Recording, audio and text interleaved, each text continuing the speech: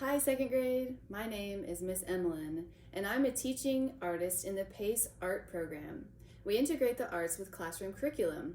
I'll be working with you all year through these videos, and we're going to explore lots of different subjects throughout the whole year. You'll recognize some of these things you're learning from your teacher, but we'll be learning about them through visual art or creative movement. You might be watching today from your classroom, or maybe you're watching from home.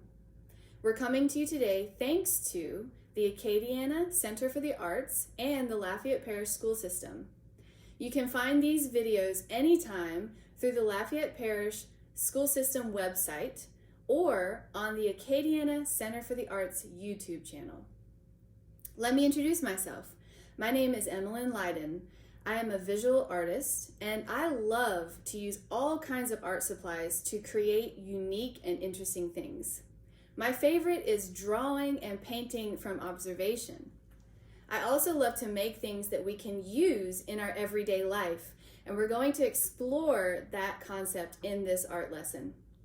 We learn through art how to make our dreams come to life. All right, class, you all are sitting in your seats, and I don't know how long you have been sitting down.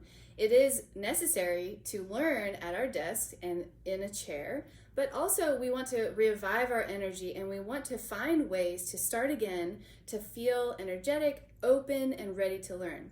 Today, we are going to be drawing from observation. So this brain break that I'm going to teach you is going to be training you and helping you observe how you feel. We breathe all the time, right? We breathe in and we breathe out. But do you ever think about breathing? Do you ever observe your breath? Probably not. Probably because you spend your time talking to your friends, you spend your time reading in your book, and then walking to the library and walking to the cafeteria for lunch, and we just don't think about or observe the fact that we're always breathing. What happens when we start to think about it is that things slow down a little bit. And when things slow down, we start to pay attention to what's around us, okay? So here I have some numbers, and the way I drew the numbers is that they are even on both sides, even with a comma showing that that's the center. So we have a 1 and a 1, and we're gonna build, keeping a nice even center, because this breathing exercise is called even in and even out. We're going to breathe in and breathe out with the same amount of breath. And we might need to practice this a couple times before we get it, right? It might not come naturally, but that's okay. We're gonna start with the number 1, then 1 and 2, 1, 2, and 3, 1, 2, 3, and 4, 1, 2, 3, 4, and 5. And that's going to be the peak where we're breathing in as far as we can before we start exhaling. And you see that's also the widest part of our design, our visual for this breathing exercise. What shape does this look like? If I just draw straight lines on the outside of these numbers, it looks like a diamond, because we're building out and then we're coming back down to a nice even point at the end, settling back down at the end. So you'll notice after 5, we go back 1, 2, 3, 4, 1, 2, 3, 1, 2, and 1. Now some of you are comfortable with movement, and movement also provides us with some energy. So we're gonna do this breathing exercise, and if you want to, we're going to start at the point of this diamond, and then we're going to grow out to the width of the diamond, and then we're going to come back down to the point of the diamond. So if you want to do that with me, get your hands ready, shake them up high, shake them down low, and then bring them to a nice center point, and we're going to start. I'm going to use the numbers, but I'm also going to breathe with you, and we're going to do it nice and slow. Here we go. Breathing in, 1. Breathe out, 1. Breathe in, 1, 2. Breathe out, 1, 2. Let's breathe in and out just through our noses, okay? Breathe in, 1, 2, 3. Breathe out. Breathe in, 1, 2, 3, 4. And breathe out. And breathe in all the way up to 5. And breathe out. Good. We're going to go back down, 4, 3, 2, 1. And I hope you've been counting in your head, right? 1, 2, 3, 4, 5, 5, 4, 3, 2, 1. But this time, I'm going to prompt you with my fingers so that we can all stay together. So going from the 5 number back down, 4, 3, 2, 1. Here we go.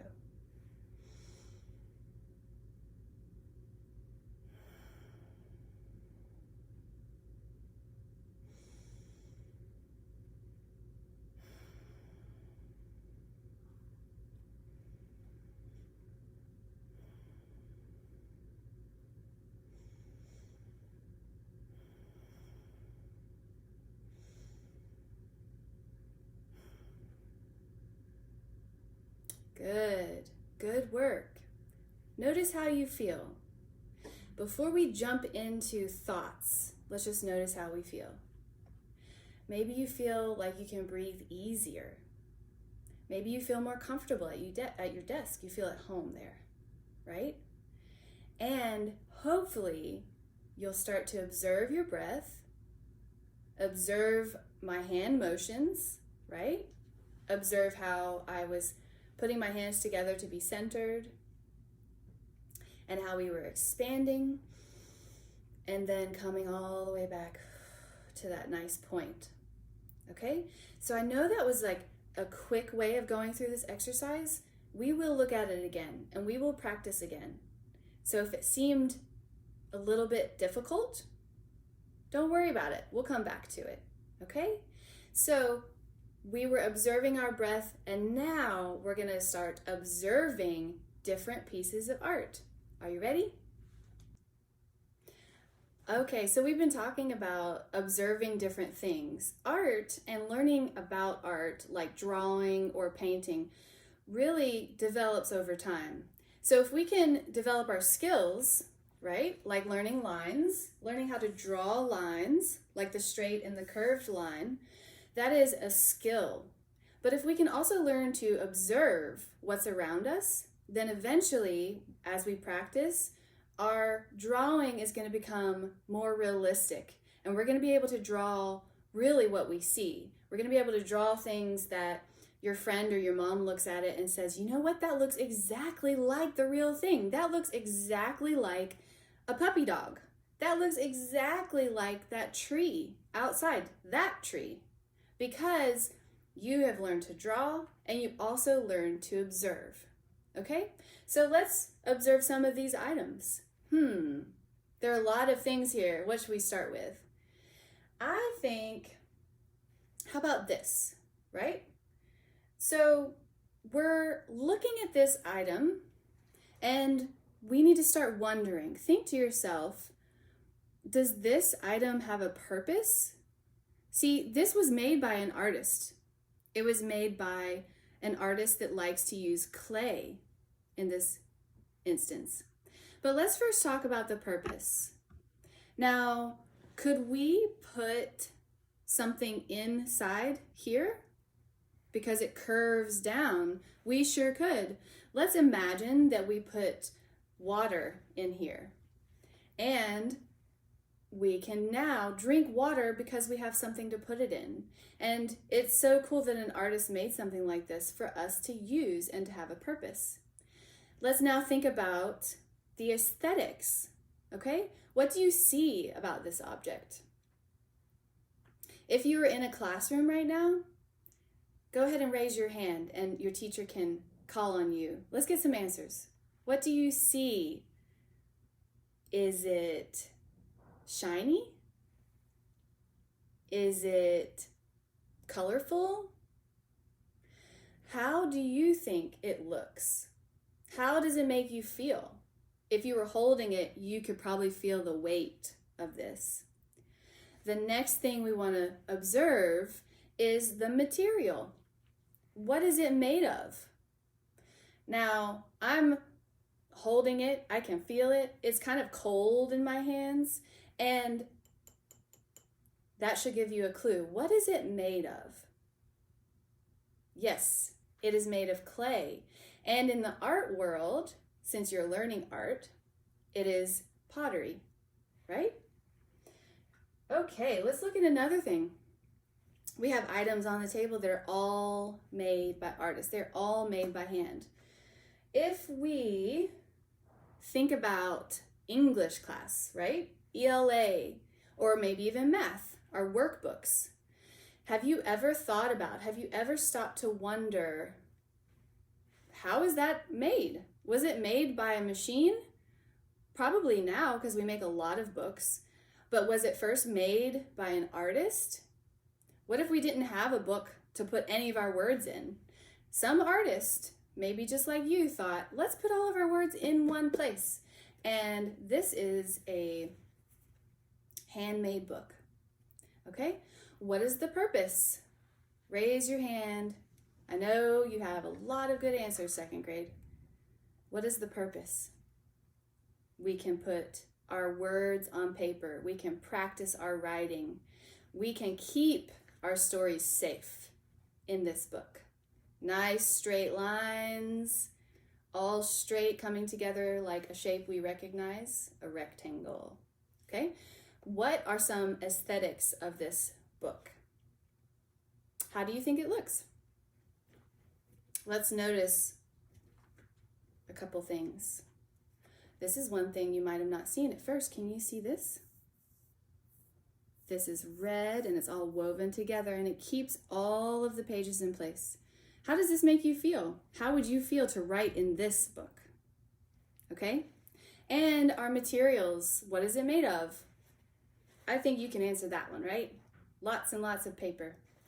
Okay, this is something that I made. I am an artist and I like to make things like this. What is the purpose of this? Right? Why do we want to make things like this? What is it used for? It's made from wool. That is our material. And what is it used for? Yes, it would be used to keep us warm in the winter, right? It's about to get cold. Things like this are very purposeful, very useful in the cold days. What do you see? Do you see a lot of, what's pink, blue, yellow? Colors, absolutely. Okay, moving on, we're going to turn these ideas of purpose, aesthetics, and material, and we're going to start thinking in terms of how to make a piece of our own art, okay? We're going to use these art pieces to inspire our work today. So here's something we see in Louisiana, right? It's a bird. Does anybody know what the name of this bird is? Nice. It's an egret. We see these probably maybe outside your window. If we look at this egret, what is the purpose? It doesn't have the same purpose as the cup. We don't put water and drink, right? This purpose is a little less clear, but let's think about it. Do you have any ideas? Yeah, I would say the purpose is to make me feel happy. Do you feel happier when you see something like this sitting on your shelf? Is it educational? Do you start thinking about the life of the egret in nature? Do you start asking yourself, where does he live? What does he eat? Does he fly? Can he fly? Right? And we notice here there's something unique. What is the material of this piece of art? How does it relate to you? Raise your hand. What is the material of this? Yes, this is wood and this is carved.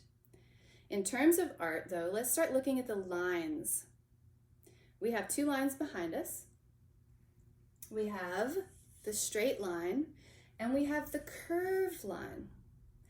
Because when we start to draw something, we don't want to start all on our own. We want to start recognizing different concepts so that we have a place to begin.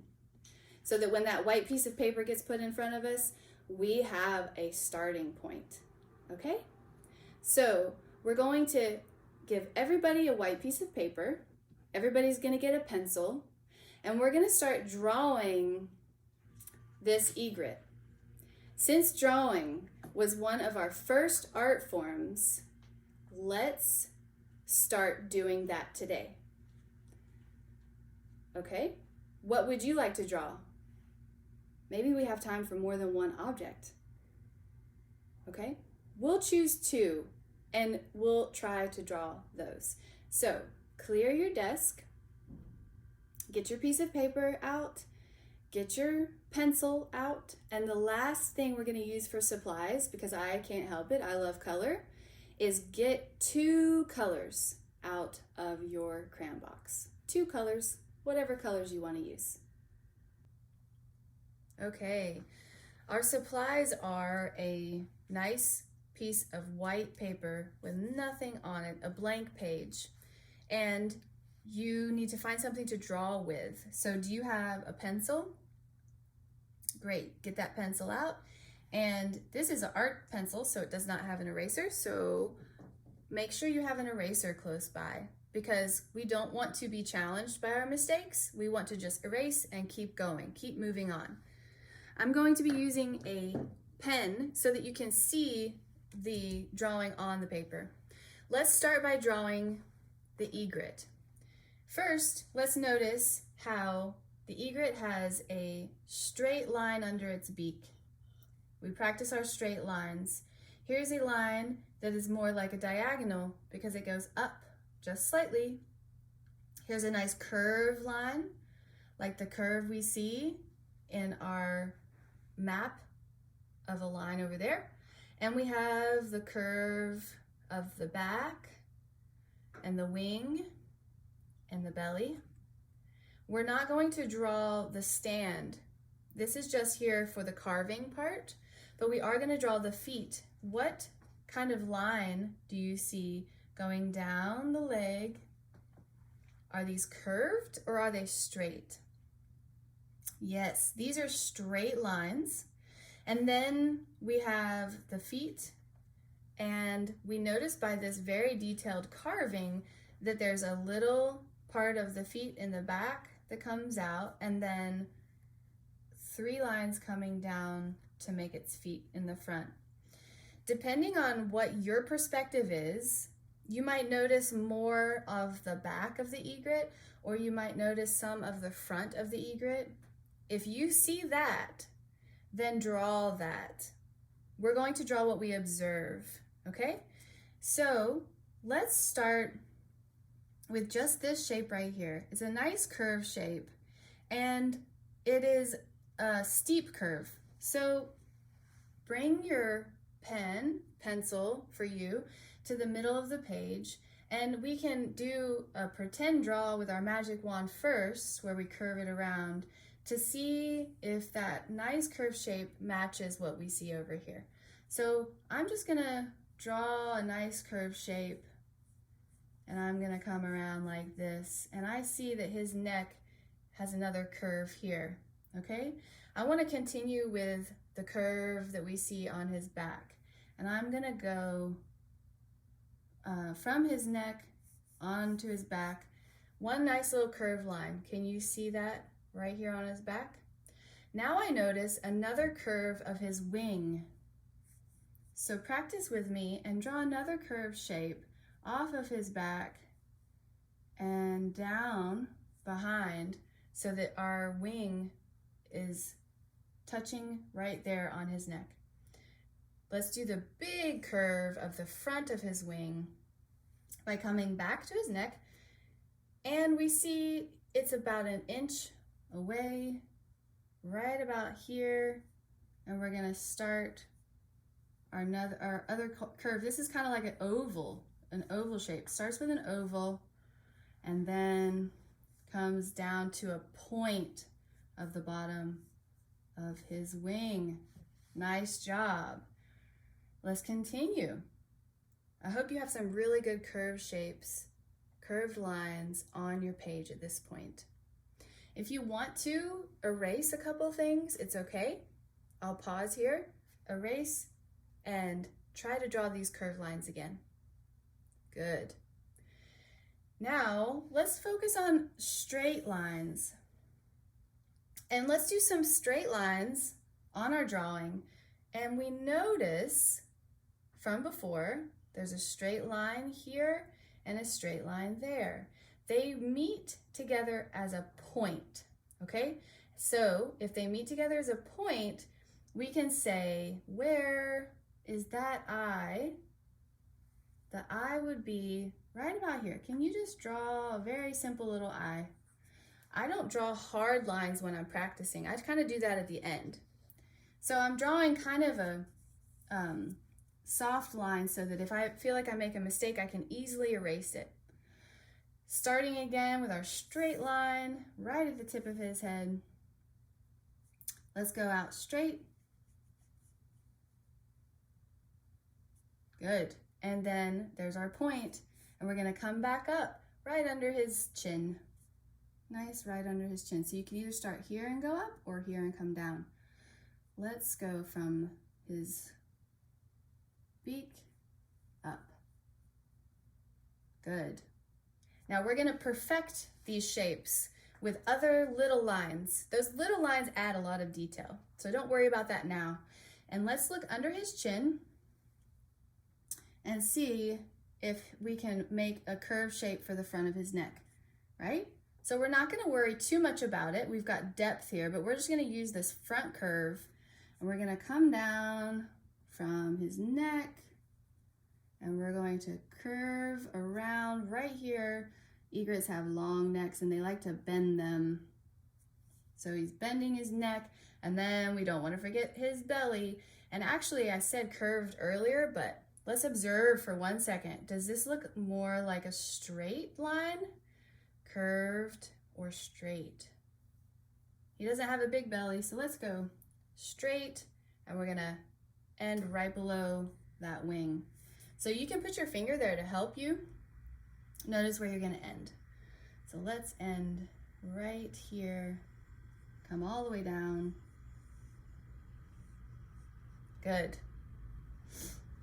Do we see, are we starting to tell a story with this drawing? Do you see an egret on your page? Is he looking at you? Good. The direction of our lines give our drawings a little bit of personality. So I see a little bit more of his back here. Let's do our diagonal lines right here and get him some feathers, complete with a little feather. This is the tail. And let's check his back. So you might see a different shape for the wing, but let's bring the back down to the end of the wing, okay? Nice. And as we add, we can adjust. So we can say, this wing looks like it should be a little bit bigger. And we can easily adjust what we see and what we notice. So if you see that in your drawing, make some adjustments. Doesn't have to be perfect. Okay, let's finish with the leg. So we see a diagonal line and straight line and another straight line. That is the benefit of having something in front of us as we draw, right? And let's finish with our 3 little straight lines of the feet. And if we observe real close, it's kind of like a zigzag. We can go zigzag, zigzag, zigzag all the way around. So let's try that together. Remember how a zigzag is straight lines that connect?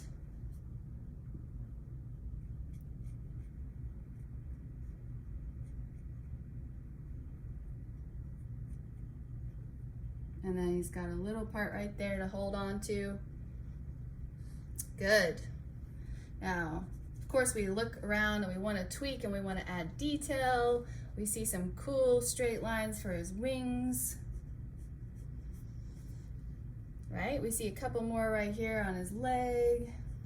And if this is not perfect, don't worry about it. Don't worry about it. Now, can you see the second leg? I can a little from my perspective. Perspective means the angle where you're looking. Okay?